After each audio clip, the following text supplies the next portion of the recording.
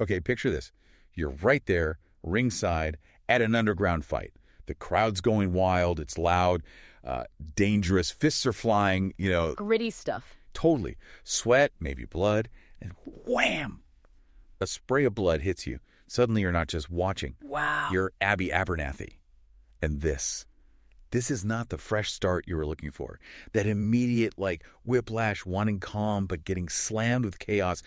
That's right where this book kicks off. It hooks you straight away, doesn't it? That shock value. The book just throws you into this really high-stakes, unpredictable world from page 1. Absolutely. And that world, the one we find in the book Beautiful Disaster, which you brought to us, that's what we're digging into today. Mm-hmm. Our plan is basically to unpack these really intense relationships, all the chaotic stuff that happens, and the surprising ways these characters connect. We want to explore what makes them tick. And maybe why they're drawn to the exact things they say they're running from. Exactly. And, as we get into these, complex dynamics, it's worth mentioning this kind of thing. Exploring books, prompting reflection, critical thinking. It's what we do. Yeah, and you can actually find more of this over on our YouTube channel, Mindful Moments. We use some AI analysis there to go even deeper into books like this one. Cool. So, okay, the main stage for a lot of the early action is this place called the Circle. Right, the underground fight ring. Yeah, and it's not just a backdrop, is it? It feels alive. It has this raw, kind of feverish energy described in the book. Definitely. Yeah. And that's Travis Maddox's territory. Mad Dog. The book describes him, and you just immediately get rebel, magnetic, buzzed hair, tattoos. He doesn't just enter a scene, he kind of takes it over. Right. And you learn pretty quick about his background, too. Dad with issues drinking, temper, older brothers who fought. It's like conflict is just baked into his history. Chaos seems to be in his blood, almost. And then you have Abby Abernathy. She shows up at Eastern University wanting the total opposite. A clean slate. Exactly. She wants to be, cashmered, no-nonsense Abby Abernathy. Just leave all the whispers about her past behind. Build something stable. But, stability doesn't last long, does it? The book throws her right into Travis's orbit, literally at a cafeteria table. And her first impression? Not great. Someone points out he ruined her sweater or something. Yeah, and she just says, gross. Perfect. It tells you right away she's not going to just melt like everyone else seems to. She's pushing back. Totally unimpressed.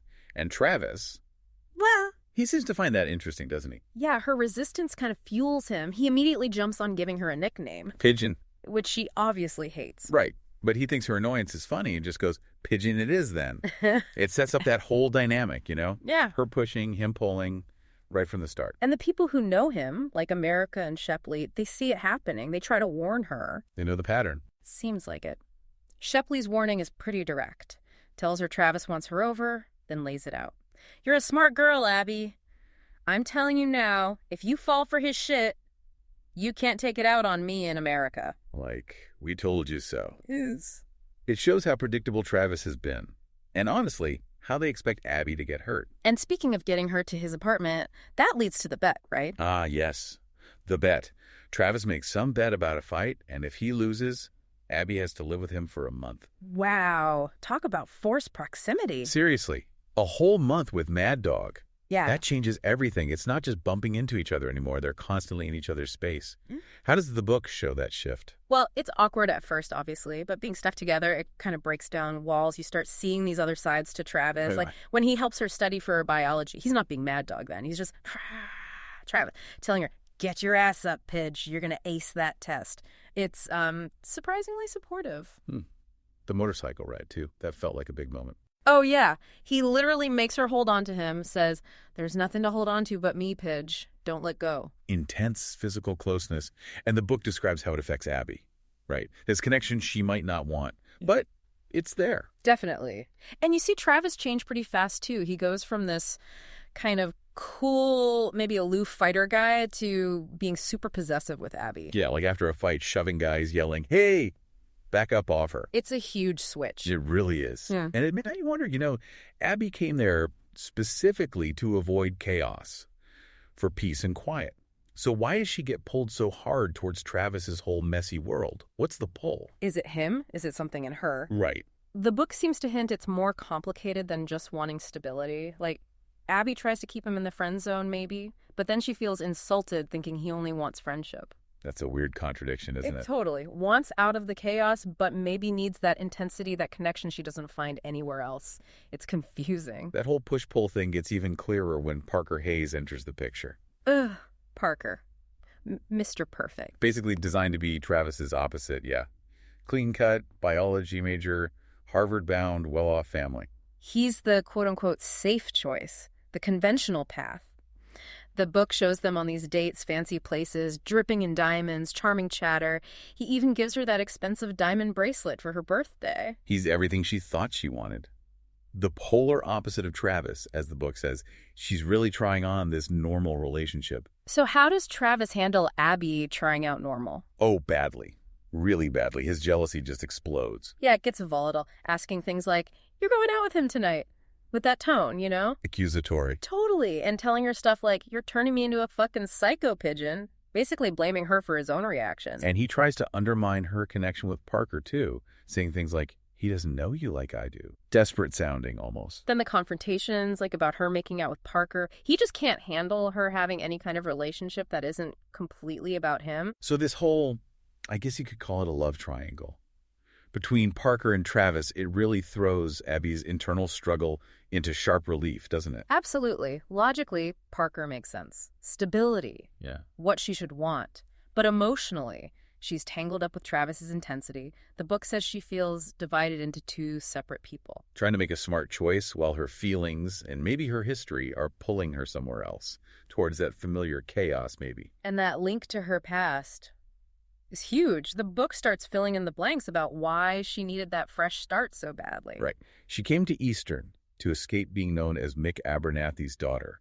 Her dad, a drunken has-been, a gambler. She needed to shed that whole reputation. And what's really fascinating is how the book draws this direct line. Travis's own family background, the drinking, the temper, the fighting, it mirrors the exact stuff Abby's running from. She sees it too. She thinks, looking at Travis, it's all too familiar. She's terrified of repeating those patterns. There's even that moment she thinks, "I'm Mick." Like, that's her deepest fear, becoming her father. Wow. Yeah, that fear, that past, is a massive weight. And it all kind of blows up during that poker night at the Maddox place, right? Oh, yeah, that scene is pivotal. Abby meets Travis's dad, the older brothers, the whole intimidating crew. And the dynamic there is just Yeah. intense. All poker players, mostly tattooed, basically older versions of Travis. You see the world that made Mad Dog. And then, bam, Travis's brother Thomas, he recognizes her last name. He knows Mick Abernathy, the famous poker player, and he asks Abby if she's related. Oh, man. Abby has to admit it, right? He's my father. And the family's reaction, just stunned silence, then no fucking way. Her biggest secret, the thing she ran halfway across the country to escape, is just out there. But Travis, Yeah. his reaction is actually kind of surprising, isn't it? Yeah, it is. He's understanding. The book says he felt like the sky opened up. Everything makes sense now. Instead of judging her or running, he seems to connect the dots. Like, her chaos makes sense with his chaos. It seems to solidify things for him. But even though he accepts it, Abby's still terrified. Right. Yeah. She's scared that being with him in his world that's so similar to her dad's gambling and fighting world means she's trapped. Exactly. She tells him straight up, "I won't live like that anymore, Trav. Not even with you." That fear of becoming her father, of their combined pasts just repeating, it's a huge wall between them. But Travis, he seems to cut right through that fear. He tells her something like, didn't know I was lost until you found me. And Abby feels like he finally sees her. Not the reputation, not the past, but her. Like I was a person, I guess. It's this powerful moment of acceptance in all the mess. And that feeling, being truly seen, leads to, well, a pretty impulsive move. Getting married. Yeah, like the next day. Whoa. Talk about 0 to 60. And she gets the tattoo, right? Mrs. Maddox. Yeah. A very permanent symbol of this whirlwind decision. And their friends' reactions. Like America. Not thrilled, I imagine. No, anger, disbelief. It shows how crazy it looks from the outside. And just when you think, okay, marriage, maybe things calm down. Nope. The chaos dials up again. The whole Benny situation comes up. Right. Mick's gambling debt. Right. And the dangerous guy he owes, Benny. And Travis, what does he do? His protective side just takes over completely. He offers to fight this really dangerous guy, Brock McMahon, to clear Mick's debt. Puts himself right back in that dangerous world. But he does it for Abby, for her family. Abby's reaction must be complicated there. Totally. She sees the money involved. It's too much money to turn down, and she must be grateful he's protecting her dad. But she also sees the risk, sees him getting pulled back into that life, sees the uncertainty and greed reflected in his eyes. It's that same fear popping up again, the patterns. And then right in the middle of all that tension around the fight, the fire breaks out at Keaton Hall. Just pure chaos and danger. But in that chaos, the book makes one thing crystal clear. Travis's only thought is Abby. Yeah, he says later, when I saw you across the flames in that basement, I was terrified. Everything else just vanishes.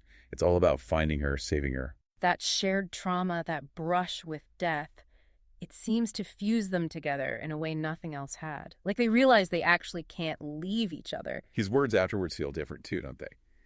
It's right that I've only brought you, and you're what I've been waiting for, Pigeon. It feels like it cuts through all the earlier drama and fear.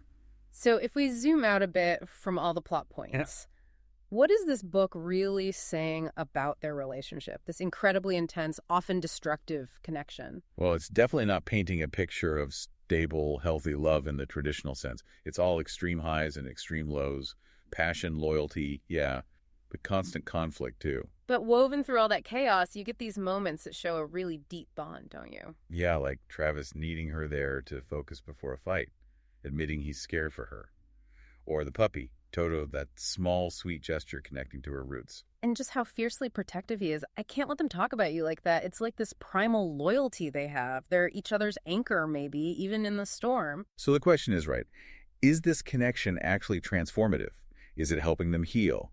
Or are they just drawn to the familiar drama because of their pasts? Is it just repeating unhealthy patterns? The book seems to suggest they find a unique sense of belonging in that intensity with each other, something they didn't get anywhere else. This idea of finding home in a person, even if that home is, well, kind of chaotic. Travis saying, it hasn't seemed like home since you left. That really hits it. Yeah, it's like they choose each other against everyone else's judgment, maybe even against their own better judgment sometimes, against their pasts. The book definitely challenges what we think a working relationship looks like. It shows this bond built on trauma, intense loyalty, and maybe this deep, almost codependent understanding of each other's messed up parts. It kind of puts forward this theory, doesn't it? That finding someone who gets and accepts your most turbulent self, even the destructive bits, can feel like finding the one person you're meant to be with. And that, I think, brings us towards the end of our journey through this specific book. We started with, a stranger getting blood splattered on her at a fight. And ended with this incredibly deep, if incredibly messy connection forged through secrets and trauma and impulsive decisions. It really gets you thinking about relationships, doesn't it? What does this story make you think about? About trust, or that pull between wanting safety versus wanting intensity? What does home mean when it's tied to a person? Does any of that resonate with stuff you've seen or thought about? Exploring books like this one, digging into the messy parts, thinking critically about the stories, that's really what our whole podcast is about. And remember, you can find more analysis, including those AI-driven insights we mentioned, over on Mindful Moments on YouTube. So maybe a final thought to leave you with. Can that kind of fierce, all in love really conquer the chaotic patterns we inherit from our pasts? Or does the chaos just become part of the love story itself, inevitably? Something to chew on. Definitely. If you enjoyed this exploration of the book, please hit subscribe on RUR Podcast so you catch the next one. Maybe share it with a friend who likes digging into complicated characters and stories. And hey, if you want to read the book yourself, there's a link in the description. And yeah, keep thinking critically about the relationships you see around you and the ones you find in the pages you read.